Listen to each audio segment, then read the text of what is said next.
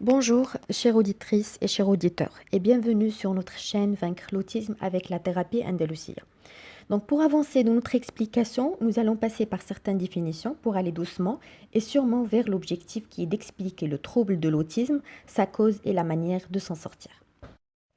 Donc, cet enregistrement sera dédié pour parler d'abord de la maternité, qui est un terme qui a fait l'objet de plusieurs études et recherches scientifiques. Deuxièmement, nous allons parler du choc de la naissance. Troisièmement, nous allons expliquer ce que c'est l'attachement et comment l'atteindre. Quatrièmement et finalement, pour cet enregistrement, nous allons parler un petit peu de la carence de soins maternels ou la déprivation maternelle. J'aimerais préciser que ce qu'on va dire dans cet enregistrement n'est pas une invention ou une découverte nouvelle. Je vais vous rassembler un certain nombre d'informations et vous pouvez bien sûr après, et je vous invite vivement à vérifier leur pertinence en cherchant sur Internet ou dans des bouquins. Je vais aussi vous donner quelques références de bouquins à la fin de l'enregistrement pour vérifier l'information. Parce que votre conviction compte beaucoup. Si vous voulez travailler avec votre enfant, il faut que vous soyez convaincu de la source et convaincu de la cause de ce trouble pour pouvoir agir au meilleur possible. Donc, commençons par la maternité. Donc, comme j'ai déjà dit, c'est un terme qui a déjà fait objet de plusieurs études scientifiques, d'où nous avons un jargon qui est très riche concernant le terme, comme par exemple la maternité complète, maternité biologique, maternité acquise, instinct maternel, comportement maternel, choc de naissance, attachement, déprivation. Tout ça, ce sont des termes qui sont liés à la maternité et qu'on va utiliser dans cet enregistrement et bien sûr que vous pouvez trouver facilement si vous voulez faire des recherches concernant les données qui seront révélées dans cet enregistrement. Le mot maternité désigne tout simplement le fait d'être mère, que ce soit à l'enfant biologique ou adoptif. Donc cela veut dire que le terme maternité n'est pas réservé aux mamans biologiques. D'où la question, est-ce que l'instinct maternel est inné ou acquis? Donc si on prend la définition de l'instinct maternel, c'est la tendance primordiale qui crée chez toute femme normale un désir de maternité et qui, une fois ce désir satisfait, incite la femme qui est devenue maman à veiller à la protection physique et morale de son enfant. Donc on est tous d'accord qu'au moment de la naissance, le corps de la femme produit des hormones appelées hormones de naissance, telles que l'oxytocine, la prolactine, l'androphine, l'adrénaline, etc. Ce sont des hormones qui sont responsables sur le maternage, sur le dévouement, l'attachement, la stimulation de la montée de lait, etc. Donc ça, c'est ce qu'on appelle la partie innée. Mais comme j'ai dit auparavant, la maternité n'est pas un terme qui concerne uniquement les mamans biologiques et que la partie innée dans la maternité est vraiment minime par rapport à la partie acquise qui constitue la plus grande et la plus importante partie. La preuve, c'est qu'on trouve dans quelques familles des enfants qui développent un amour particulier pour la femme qui s'occupe d'eux, qui est plus important que l'amour éprouvé envers leur propre mère. Et ce, à cause du simple fait qu'elle répond à leurs besoins de se nourrir, de changer les couches, de les bercer pour dormir, leur chanter, etc. Sans oublier que cette femme aussi, elle développe un attachement particulier pour ses petits. Cela nous démontre que pour une maternité complète, la partie innée n'est jamais suffisante, sachant que même la production des hormones de naissance ne dure que au maximum, pour quelques hormones, un mois. Donc, une maternité, ça veut dire un soin maternel, ça veut dire un contact quotidien et continu avec le bébé. Revenons un peu en arrière. Le bébé, quand il est encore dans le ventre de sa maman, la liaison entre lui et sa mère est à travers le cordon ombilical. Le jour de la naissance, ce cordon est coupé pour donner place à un nouveau cordon dit psychique qui est l'attachement. Donc la mission du bébé et de sa maman est d'atteindre l'attachement le plus tôt possible pour que le développement neurologique du nourrisson soit réussi et normal. Mais il ne faut pas oublier que les deux sont sous le choc de naissance, le choc post-partum, sadmat al-wilada. Donc pourquoi la maman elle est sous le choc? Eh bien tout simplement parce que c'est une femme qui se trouve avec un corps différent, qui voit sa féminité menacée et mise de côté pour qu'une responsabilité énorme prenne sa place. Elle doit s'occuper en plein temps du bébé, le rassurer, lui donner à manger, le faire dormir. Cette femme doit se priver de tout pour, pour être disponible à 100% pour son bébé. En tant que maman, je me rappelle très bien de cet instant de naissance et je sais que les mamans qui sont en train de nous écouter, elles aussi, ils se rappellent quand on vous donne ce bébé entre vos bras et on vous dit Madame, c'est votre enfant. Bah, 36 000 questions tournent dans la tête et la joie, il est un petit peu écarté et mise de côté pour que la peur et l'angoisse prennent sa place. Est-ce que je vais pouvoir m'occuper de cet enfant? Est-ce que je vais être une bonne maman? Est-ce que je suis capable d'assumer cette grande responsabilité? C'est un vrai moment de choc devant la réalité épuisante de devenir maman. Et le bébé, bien sûr, il est sous le choc, vu le changement brusque de son environnement. Il se trouve dans un environnement plus froid ou plus chaud, plus spacieux, avec une sonorisation différente, et bien sûr avec la mission de reconnaître sa mère et de nouer à nouveau une liaison et atteindre l'attachement. C'est quoi l'attachement?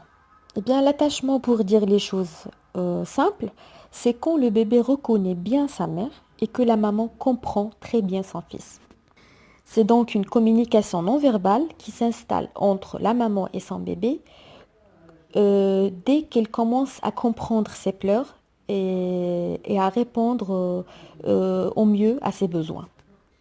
Cette harmonie maman-bébé va durer 2 ans jusqu'à l'âge où l'enfant commence à prendre une certaine indépendance et arrive à exprimer ses besoins via le langage. Je rappelle que l'attachement est indispensable, mais vraiment indispensable pour le développement neurologique de l'enfant. Donc, comment atteindre cet attachement? Eh bien, il faut remplir 3 conditions. Il y a la participation du bébé, la participation de la maman et la participation de l'entourage. Donc, on va commencer par la participation du bébé. Sachant qu'un bébé seul n'existe pas, comme dit Winnicott, le bébé dépend pour sa survie des soins d'une autre personne adulte. C'est la raison pour laquelle la nature l'a doté de ce qu'on appelle les réflexes archaïques du nouveau-né. Newborn reflex. En arabe, السلوكات الانعكاسية عند الرضيع. Parmi ces réflexes, le réflexe de Moro, c'est lorsqu'un mouvement soudain ou un bruit fort se produit, le bébé écarte ses jambes, ses bras et les doigts en croix avant de les ramener serrés contre son corps. Le réflexe de ramper, lorsque le bébé est couché sur le ventre, il relève ses fesses vers le haut et allonge ses jambes pour avancer. Le réflexe de succion, le nouveau-né a le réflexe de téter lorsque nous lui mettons un doigt dans sa bouche. C'est un réflexe qui lui permet de boire et d'avaler. Le réflexe tonique du cou, le réflexe des points cardinaux, le réflexe d'agrippement, c'est quand le nourrisson serre très fort les doigts quand on met quelque chose dans sa main. C'est parmi les réflexes les plus importants pour atteindre l'attachement parce que ça lui permet de s'agripper en sa maman ou en la personne qui le porte. Le réflexe de la marche automatique, là, je souligne ce réflexe parce qu'on va encore parler de ce réflexe dans d'autres enregistrements qui vont suivre. Donc le réflexe de la marche automatique, c'est lorsqu'on met un nouveau-né en position debout, il avance, il fait des mouvements de marche sur la pointe des pieds pour avancer. Il y a aussi le réflexe de la nage et d'autres réflexes. Et bien sûr, tous ces réflexes Sont très bien définis sur Internet. Vous pouvez les trouver si vous mettez, si vous recherchez réflexes archaïques du nouveau-né. La partie responsable sur ces réflexes est le tronc cérébral, qui est responsable également sur tous les autres mouvements involontaires tels que la respiration, les battements de cœur, l'activité des intestins, le sourire aux anges et les pleurs, etc. Ces réflexes automatiques sont bien sûr indispensables pour la survie de l'enfant, la survie du bébé. Et à travers ces réflexes, le bébé arrive à attirer l'attention de la maman et attirer l'attention de la personne qui s'occupe de lui. La plupart de ces réflexes de base vont disparaître au cours de la première année. Au fur et à mesure que le cerveau va se développer, le bébé va arriver de mieux en mieux à contrôler ses mouvements et donc transformer les réflexes involontaires à des mouvements volontaires qui émanent du cortex cérébral. Voyons maintenant c'est quoi la participation de la maman pour atteindre l'attachement. Eh bien la maman atteint l'attachement à travers ce qu'on appelle le comportement maternel, le soin maternel, l'amour maternel, qu'on a dit auparavant qui n'est pas inné, mais qui est acquis en très grande partie par la pratique du comportement maternel. Le psychanalyste Freud, qui est un fondateur de la psychanalyse, dit que les besoins physiologiques du nouveau-né passent avant les besoins affectifs. C'est par les soins qu'elle lui dispense, la nourriture qu'elle lui propose, que la mère lui apporte son amour et répond à ses pulsions. Aussi étrange que cela puisse paraître, la satisfaction des besoins primaires du nouveau-né sont très très importants. Changer les couches, prendre le bain, donner à manger, faire dormir, bercer, sont tous des moments de proximité physique très très importants pour le bébé. Ensuite, la maman doit apprendre à connaître son enfant. Le célèbre pédiatre et pédopsychiatre anglais Donald Winnicott, qui a conceptualisé le thème de la mère suffisamment bonne, dit que le premier devoir de la mère, même si elle est biologiquement prête à s'occuper de son bébé, est d'apprendre à le connaître pour s'adapter à ses besoins. Il estime que plus elle savait sur son enfant, plus elle prenait confiance en elle. Cette compréhension mutuelle qui crée la relation affective et permet au nouveau-né de se développer naturellement. La maman devient capable de deviner les émotions de son enfant, de comprendre ses pleurs. Elle peut vous dire qu'il pleure parce qu'il veut dormir et non pas parce qu'il a faim. La communication passe et l'attachement est réussi. Le troisième facteur pour atteindre l'attachement est donc la participation de l'entourage. Donc la grand-mère, le grand-père, le mari, la sœur, les amis, eh bien tout ce qu'on connaît, à travers leur expérience, apporte un soutien qui aide à ce que l'attachement entre la maman et son bébé soit réussi et soit le plus tôt possible. J'imagine que vous savez très bien de quoi je parle. Voilà, pour les coliques, il faut faire ça. Pour que l'enfant se calme facilement, il faut le porter d'une certaine manière. Le bain doit être pris comme ça. En cas de fièvre, il faut faire ça, et, etc., etc. Donc, pour récapituler, nous avons la participation du bébé à travers les réflexes automatiques, la participation de la maman à travers la pratique du comportement maternel et la participation de l'entourage à travers les conseils. L'absence ou l'insuffisance de l'attachement, donc, est appelée par les psychanalystes et les scientifiques la carence du soin maternel ou bien la déprivation maternelle. Cette absence ou insuffisance des échanges affectifs essentiels pour le développement et l'équilibre cérébral du nouveau-né, qui est causée par la privation prolongée du contact avec la mère ou son substitut maternel, entraîne chez l'enfant un désintérêt pour le monde extérieur, une dépression qui s'accompagne avec une rigidité alimentaire, voire une anorexie, des troubles digestifs comme la diarrhée ou la constipation, l'insomnie, l'agitation, un retard psychomoteur et des troubles psychomatiques dont l'enfant risque de souffrir pour le restant de sa vie.